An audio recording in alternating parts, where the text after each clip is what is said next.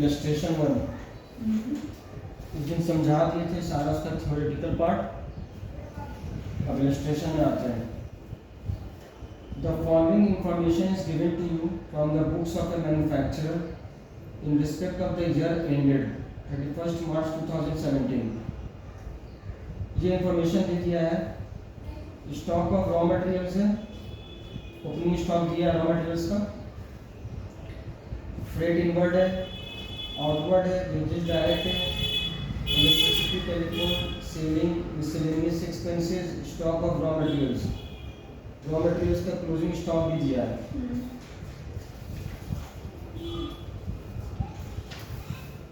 Wages indirect है, sales है, sales ये सब तो ट्रेडिंग भी में आएगा। Stationery, travelling expenses, salaries. H Q लिखा है, एच क्यू, ये क्यों लिखा है? एच क्यू का मतलब हेडक्वार्टर होता है।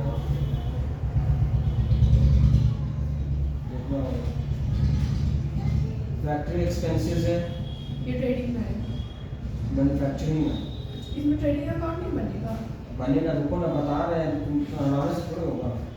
इंटरेस्ट ऑन लोन पेड है, ये ट्रेडिंग भी है। Returns inwards, returns outwards, power and fuel, work in progress का ओपनिंग क्लोजिंग दोनों दिया हुआ है। स्टॉक ऑफ फिनिश्ड गुड्स दिया हुआ है, ओपनिंग क्लोजिंग दोनों। पीबीडीटी दे दिया है, depreciation on plant, depreciation on office and furniture and equipments, repairs to plant and machinery, scrap sale, purchase of raw materials, coal consumed, bank interest received. ये सब हो गया, पहले हम पढ़ लिए हैं, ठीक है। अब पहले एक बार एडजस्टमेंट पढ़ लेते हैं। Finished goods worth ₹5,000 was distributed as free samples। ये फिनिश्ड गुड्स के बारे में बात कर रहा है।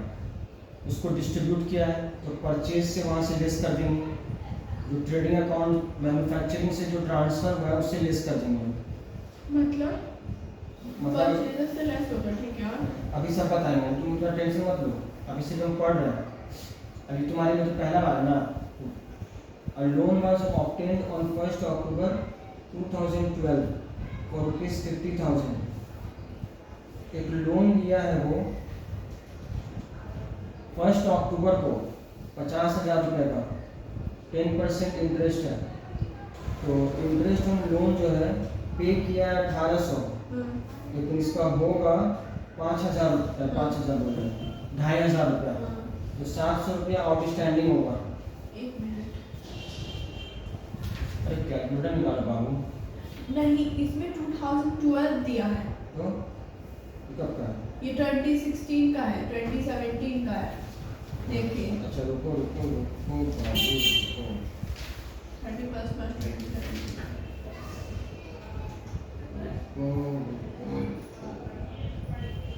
लोन का अमाउंट कितना दिया है?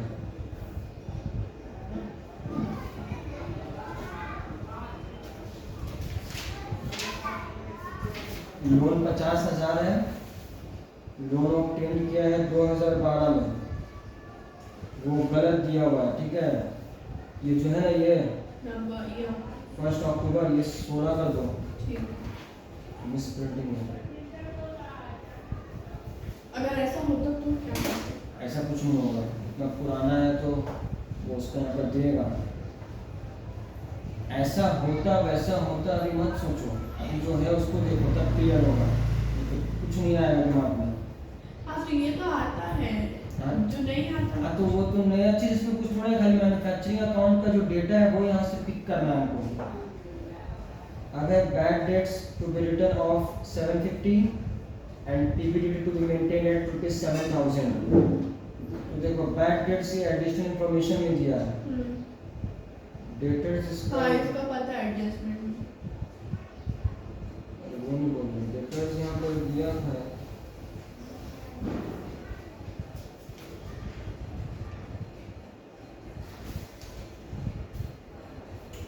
बैड डेट 750 रुपया दिखा देंगे, पीबीडीटी 8,500 है, लेकिन बोल रहा है 7,000 ही दिखाना है, तो 1,500 रुपया क्रेडिट साइड में लिख देंगे पीएल के, ठीक है। मतलब ठीक है ना। आँख एकदम ये हो रहा तुम्हारा, सो गए थे क्या? चश्मा पहनो। आँख चढ़ा लग रहा है। हाँ मतलब बस दिल खराब है थोड़ा। वही तो पूछा है। तुम थोड़ा हेल्दी कुछ खाया करो, ठंड मौसम भी थोड़ा ये हो रहा है, अलग चीज़ें सर्दी तो हुआ हुआ हमको भी।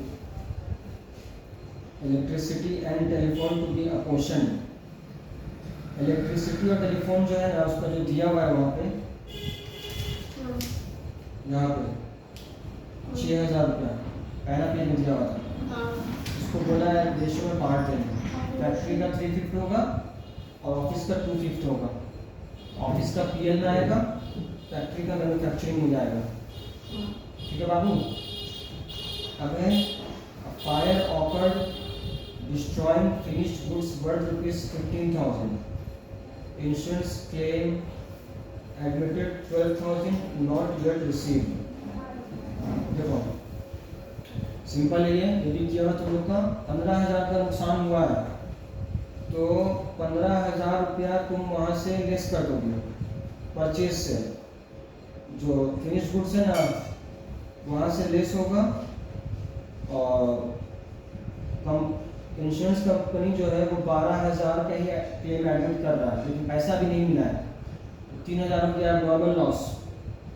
ठीक है, अब नॉर्मल लॉस यहाँ दिखा देंगे और बैलेंस शीट में फिर इंश्योरेंस कंपनी, बैलेंस शीट में बनाने नहीं बोला है, बता दे रहे हैं, इंश्योरेंस कंपनी बोल के एसेट साइड में 12,000 लिख देना, क्योंकि वो डेटर है वो पेमेंट करेगा भी। क्लियर है। Stock of stationery in hand, stationery का क्लोजिंग बैलेंस दिया हुआ है 150। तो चलो अब देखते हैं इसमें, पहले मैन्युफैक्चरिंग अकाउंट को देखते हैं। मैन्युफैक्चरिंग अकाउंट में हम लोगों को क्या करना है ना, इसमें ओपनिंग दिया हुआ है, रॉ मटेरियल्स का क्लोजिंग भी दिया हुआ है, प्लस फ्रेट जो है इनवर्ड है, तो फ्रेट इनवर्ड है तो वो जाएगा मैन्युफैक्चरिंग में। ये चीज हो गया। तो यहाँ पर क्या होगा, ओपनिंग स्टॉक पहले लिखेंगे, मटेरियल्स कंज्यूम्ड। यहाँ देखो वर्किंग्स में मटेरियल्स कंज्यूम्ड है, purchases of raw materials, raw materials purchase किया है 2,50,000। फ्रेट इनवर्ड लिख दिए, ऐड कर दिए। तो बोलो ना भाई, चश्मा से तुमको समझ नहीं आ रहा। Less return of raw materials 3,500 रुपया, क्लोजिंग स्टॉक से माइनस कर देंगे। क्लोजिंग स्टॉक तो माइनस करते हैं, रॉ मटेरियल्स कंज्यूम का फॉर्मूला है ये, बताए थे। क्लोजिंग स्टॉक जो नहीं बिका है तो उसको माइनस करेंगे तभी ना आएगा कि कितना कंज्यूम हुआ है। जो माल बच गया है वो तो इंक्लूड है परचेज और ओपनिंग स्टॉक में, तो वहाँ से तो लेस करना होगा ना हमको जो बचा है। आया समझ में? प्लॉट बता ठीक से। अब है फैक्ट्री ओवरहेड्स, जो फैक्ट्री ओवरहेड्स का इनडायरेक्ट एक्सपेंसेस है उसको फैक्ट्री ओवरहेड्स में डाल देते हैं। तो रॉ मटेरियल वेजेस जो आया है 2,58,000 को मैन्युफैक्चरिंग अकाउंट में यहाँ लिख दिए हैं, ठीक है, और डायरेक्ट वेजेस भी लिख दिए हैं 18,000 रुपया। डायरेक्ट वेजेस हाँ 18,000, इसमें लिख दिए मैन्युफैक्चरिंग में 18,000 कहाँ का है? लिखा हुआ है तो बाबा। और ट्रायल बैलेंस में क्लियर हो गया। हाँ। अब क्या होगा, फैक्ट्री ओवरहेड्स का वर्किंग बनाएंगे, इनडायरेक्ट वेजेस आएगा उसमें, factory expenses, power and fuel, coal consumed दिया हुआ है, इलेक्ट्रिसिटी और टेलीफोन इसका जो पार्ट का था वो बांट दिए हैं, डेप्रिसिएशन ऑन प्लांट, प्लांट का जो डेप्रिसिएशन है वो इसी में दिखाएंगे, रिपेयर्स टू प्लांट है वो इसी में दिखाएंगे। ये आ गया सारा 69,250 रुपीज़, इसको यहाँ पर फैक्ट्री ओवरहेड्स में दिखा देंगे। अब क्या है, closing stock of work in progress ऊपर दिखाते हैं, वो दिखा दिए 4,000 दिया हुआ था। सेल ऑफ स्क्रैप, मतलब ये सेल ऑफ स्क्रैप दिया हुआ है ट्रायल बैलेंस में, जो मैन्युफैक्चरिंग किया है ना वो उसको बेच दिया है, तो कंपनी के लिए वो क्या होगा ना, एक तरह से इनकम हो गया, तो उससे क्या होगा, उसका खर्चा कम पड़ेगा, इसी के लिए ये क्रेडिट साइड में लिख दिया। समझ में आया? तो यहाँ पर हो गया। अब है यहाँ पर ओपनिंग स्टॉक, यहाँ पर लिखा है opening stock of work in progress. Clear हुआ? अब क्या करना है, डेबिट साइड का टोटल करके ये 4000 closing stock work in progress. देखो ये प्राइम कॉस्ट जो है ना, ये जरूरी नहीं है लिखना, तुम डायरेक्टली डेबिट साइड पे जो चीज़ है उसको लिखोगी और closing stock of work in progress, sale of scrap, उसको माइनस करोगी, जो बैलेंसिंग फिगर आएगा वो ट्रेडिंग अकाउंट में ट्रांसफर कर देना, क्योंकि वो फिनिश गुड्स हो गया। क्लियर हुआ यहाँ तक?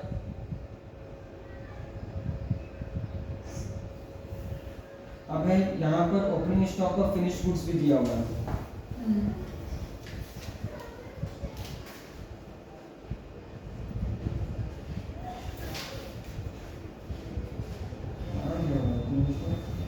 अच्छा ये 30,000 रुपया, 30,000 यहाँ लिख दिए। मैन्युफैक्चरिंग से जो ट्रांसफर किया है फिनिश गुड्स, उसको लिख दिए 3,44,550। ठीक है।